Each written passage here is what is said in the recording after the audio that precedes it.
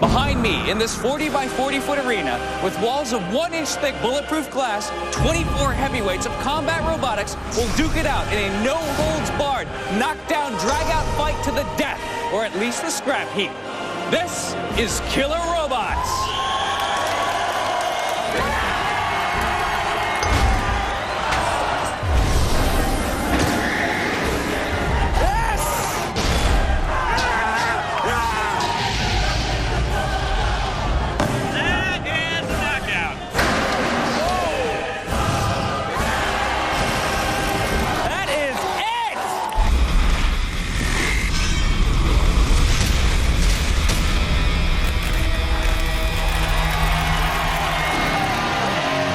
I'm Grant Imahara, and welcome to RoboGames 2011 here in San Mateo, California. This is the Olympics of robotic combat, where teams from across the world showcase a year's worth of work and some lightning-fast remote control moves in the ultimate engineering smackdown.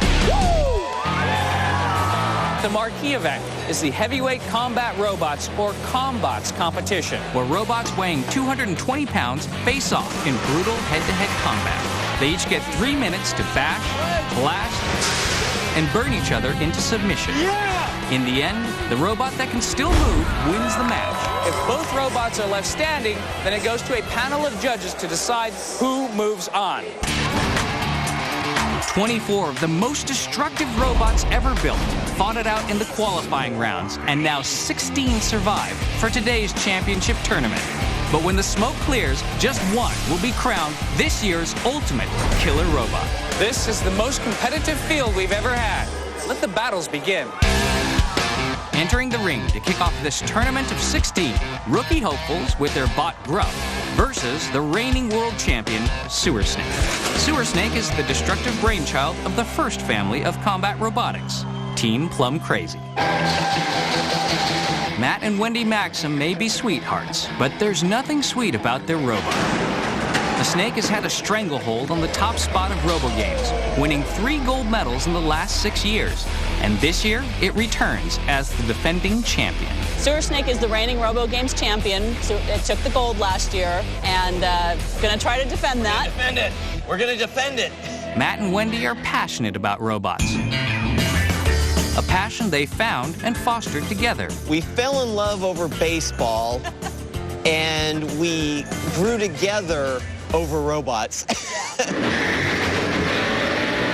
Sewer Snake is armed with an invertible lifting wedge, made from steel hard enough to stop a bullet cold. The wedge digs underneath opponents, tossing them into the air and out of the arena.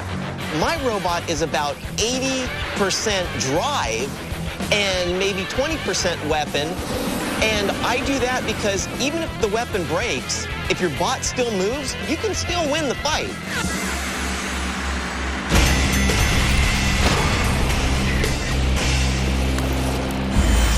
Facing down the monster snake is another couple of combat, Sam and Rebecca and their bot, Gruff.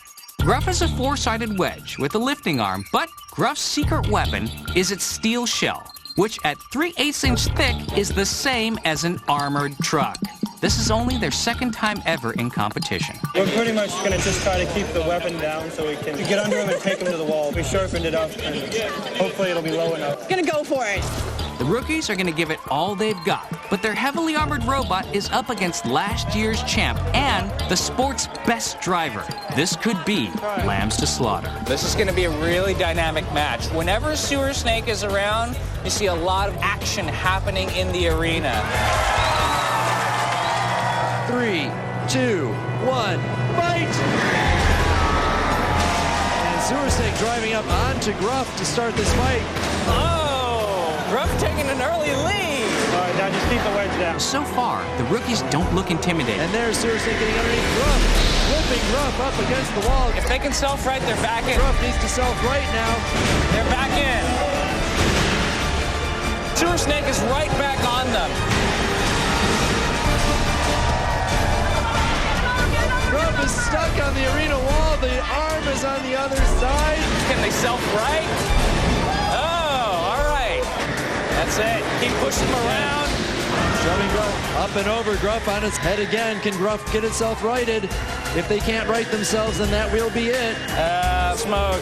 Not a good sign. 6, 5, 4, 3, 2, 1. Knock out the winner, Super Snake! The returning champion right there. It's good to get the first fight underway. All in all, knock on wood, it worked good. Now, the chaos and destruction in the arena might look completely random, but there are, in fact, rules. Over 160 of them. These are the ones to watch out for. It's all about safety first and keeping the humans alive. It's been many years since I've actually read the rule book. A match is 3 minutes. Otherwise, it goes to a judge's decision. Robots aren't allowed to have liquid weapons. No explosives. You can't entangle your opponent in a net or a cloth. No oil slicks. We're not allowed to spit acid. But flamethrowers are legal. As long as the fire is on purpose, it's okay. Okay, so there are a lot of rules, but that doesn't keep us from having fun, right? Next up, Predaraptor versus Mini Fridge. Go Mini Fridge! Mini Fridge comes from the creative minds of Team Tiki. At nearby Laney College, mad genius Micah Leibowitz, aka Chewy, builds robots as much to entertain as to fight, which has made Team Tiki the perennial crowd favorite. When I try and build and design robots, the art and the spectacle comes first. The goal for RoboGames, as every event, is to have fun and put on a show. Team Tiki has a long history of entertaining the crowd. In the past, they've made a doghouse bot and a TV bot. This year, it's Mini Fridge. The Mini Fridge has evolved from original concept to be a little more competitive and a little less showy. It kind of encompasses almost everything I've ever wanted to do on a robot, including things like tank treads and pneumatics. The treads are to keep the robot rolling, and the pneumatics are to drop the hammer. Armed with a 1/4-inch thick steel wedge up front, this robot aims to deflect impact and deliver its own special brew of punch.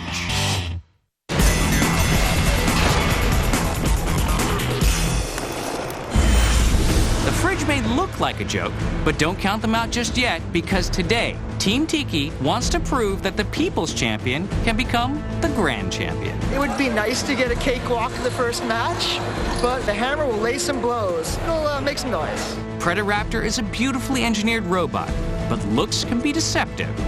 Predaraptor will try to get the fridge into its jaws and crush it with a force of 2,000 pounds per square inch, the same as a car crusher at a junkyard. You can't build them if you're not going to beat them up. It's going to hurt. Don't listen to him. It's going to get scratched. Word on the street is that Mini Fridge is going to go down. In 5, 4, 3, 2, 1. Fight! Predaraptor ignoring the cool frosty beverage. Predaraptor is relentless here. But Mini Fridge attacking with the hammer. Mini Fridge has a great hammer going, but I don't think it's going to hurt Predaraptor.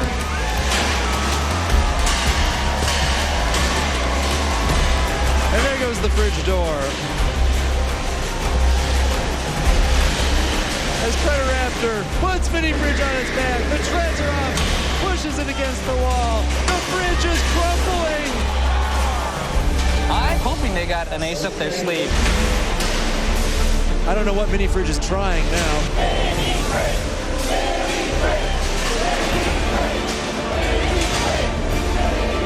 And now Mini Fridge has pushed Predaraptor up against the wall.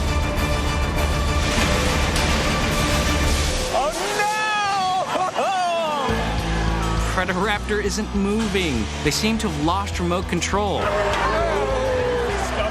Predaraptor's driver taps out. Are you kidding me? The winner by knockout, Mini Fridge! Yes, the underdog wins! Did you see how well it worked? It worked fantastically. Great. This was the big one. This is the one we had to win. 2 teams have advanced into the quarterfinals, but there's still 12 teams waiting in the wings, looking to grab the 6 remaining slots. There's a lot more killer robots to come. Booyah! Hardcore hardware and determined drivers battle it out as these machines test the limits of their mechanical endurance. It's gonna get hot. Flamethrower deployed!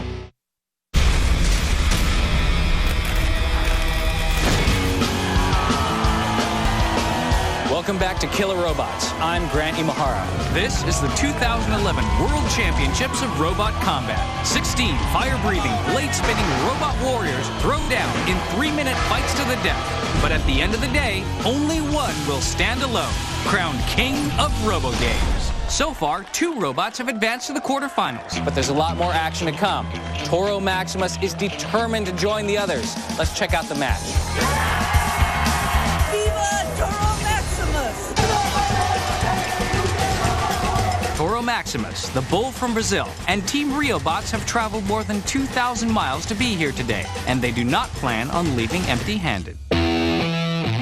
Led by Professor Marco and their driver Daniel, this team of students is fresh off a silver medal finish in the 2010 RoboGames. This year, they're determined to win gold, but it won't be easy. Driving these robots is really stressful. I wouldn't like to be in Daniel's place because you have the work of the entire team for 1 year and you have to show it there only 3 minutes. But 3 minutes is all RioBots needs to do massive damage. Their robot, Toro Maximus, is a drum spinner, armed with a cylinder of solid steel that spins upwards, grinding its opponents and hurling them into the air.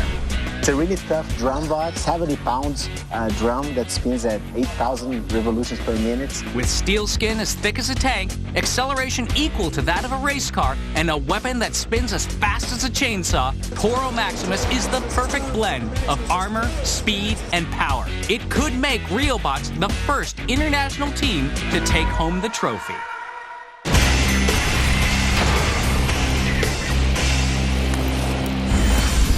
Toro's opponent is Vera, a bar spinner, armed with a 70-pound tempered steel blade that spins faster than a helicopter.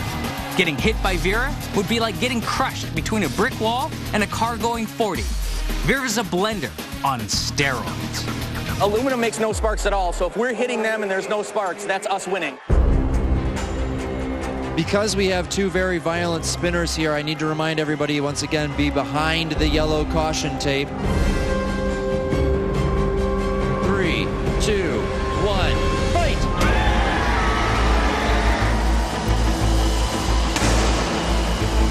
Immediately, a ring taken out of one of the 2 robots. Not sure which one. Both robots are still spinning. When you've got 2 spinners, it's the ideal situation for damage. Toro's got to maneuver around the back, but you know what? They don't care. They're going straight in. A big shower of sparks between the 2 robots. I gotta tell you, this Brazilian team, they are crazy. Yeah! It's no holds barred. A minute 45 left in this competition. Toro Maximus trying to go after the one good wheel on Vera. Flipping Vera completely over. Yes! And a huge hit which breaks the blade of Vera. And there's Toro Maximus flipping Vera completely over. That is it! Knockout! It worked so well. Did it work like you thought it would? Yes. That is a classic drum spinner damage match. Team Toro makes their intentions clear. They're determined to bring the trophy home to Brazil. Next up, Great Pumpkin vs. Avalanche, run by Team Toad.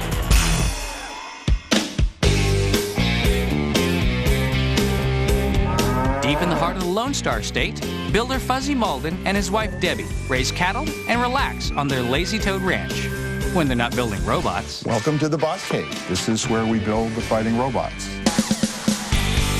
Fuzzy, a former computer programmer, has turned his ingenuity and obsession towards building robots. Robot combat has grabbed my attention. I used to be obsessed. Now I'm merely an addict, I guess. Being married to him when he's getting ready for a competition can be very challenging. I have to bring him food. I enjoy watching him, so it's fun to watch. I think she finds me amusing, is what she's saying. Yeah, I do. Avalanche is a rammer that uses its powerful drivetrain and bulldozer blade to push other bots around and smash them into the arena wall. This tank is made to absorb any damage a robot can dish out. Avalanche 2 gets rid of all the niceties. It's just me. It's a 25-pound hardened steel blade with 8 tires. I mean, it looks like the back of a semi came up and joined with a snowplow. No matter where you come at it, there's either a big steel blade or tires, and there's nothing else.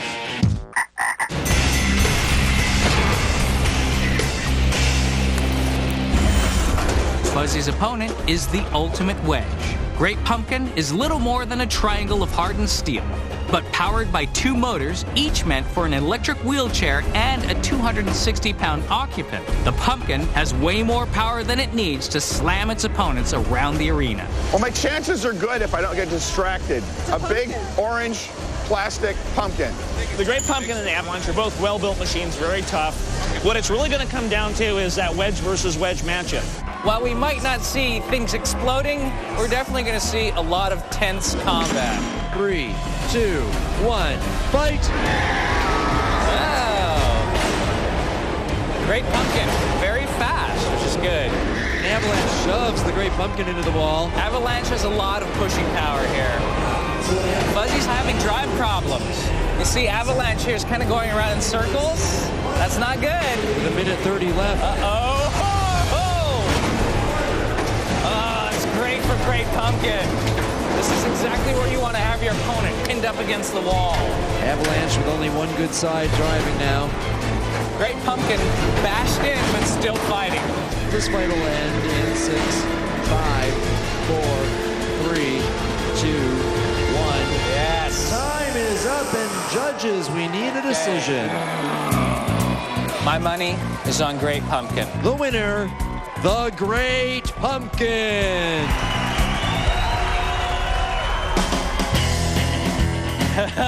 No, come on. All right, dude, tell me. Great Pumpkin. Now, before this match, you said, I cannot lose this match. Because it will be talked about for decades. I'm too depressed right now. For these mechanical warriors, RoboGames is a killing field. The quarterfinals are next, and the excitement is skyrocketing as mangled metal, torn tires, and flaming fighters crash across the arena. They both have fire!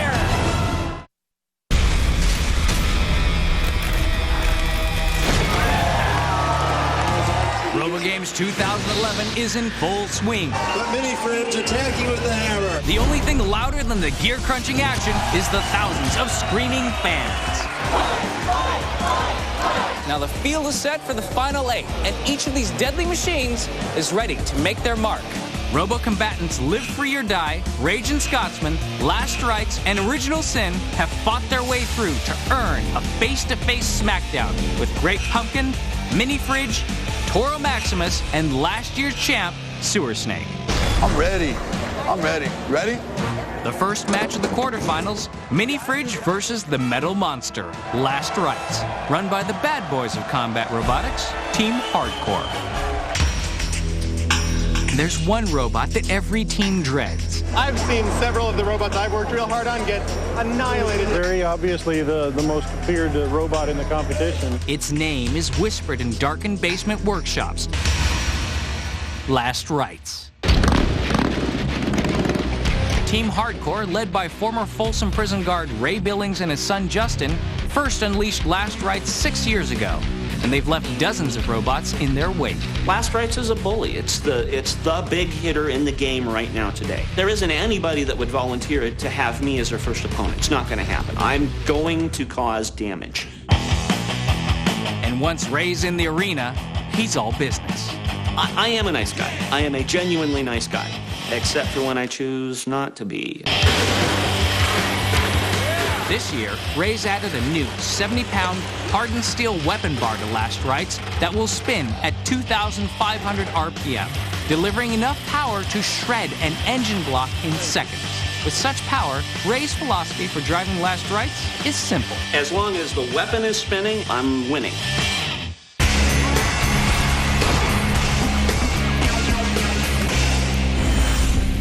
In preparation for the battle against Last Rites, Team Tiki has some tricks up their sleeve, including a new weapon and an extra layer of armor. It's a cut-up truck tire, an old CO2 cylinder that got split open. Now we get to fight Last Rites. Mini Fridge is always the underdog. I don't know if they're going to pull it through this time. In 5, 4, 3, 2, 1, fight!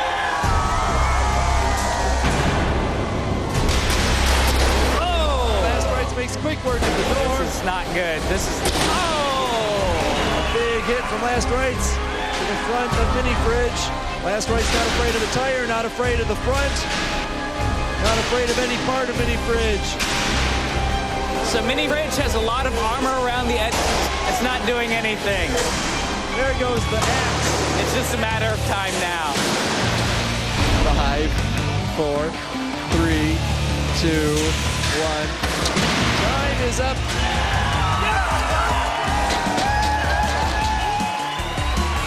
The judges have turned in their decision, 23-10. The winner, Last Rites. Last Rites keeps its reputation as the most brutal bot on the circuit. Mini Fridge is so torn up, they're going to need a bucket to carry off all those pieces. This is the 8th year of RoboGames, and since it started, thousands of robot builders have traveled around the world, sharing their ideas and amazing innovations, and showcasing some of the most incredible robots ever created. In 1992, the idea of fighting robots was science fiction, except in the mind of a toy designer named Mark Thorpe. While building a remote control vacuum, Thorpe thought it would be fun to substitute the vacuum with a chainsaw. From there, the very first Robot Wars sprang to life. It made an immediate impression. When I saw Robot Wars for the first time, it definitely was like a science fiction movie come to life. It was like all that creativity and all that kind of fantasy and innovation that you see in like something like Star Wars. Boom! It's right there. And it was the craziest thing I've ever seen. I made this face. From these humble beginnings, today we have RoboGames 2011. The transformation that's occurred over the last 10 years has been really astounding. From those early days with those very kind of sweetly naive robots, bumping into each other, to now we have an arena with bulletproof glass, the whole thing's made of steel, and the forces that are being unleashed in the arena are unbelievable. Now, the imagination and dedication that goes into this sport is a testament to the men and women that love it. But make no mistake, when they get into that arena, they turn into cold-blooded killers. Let's see who comes out on top.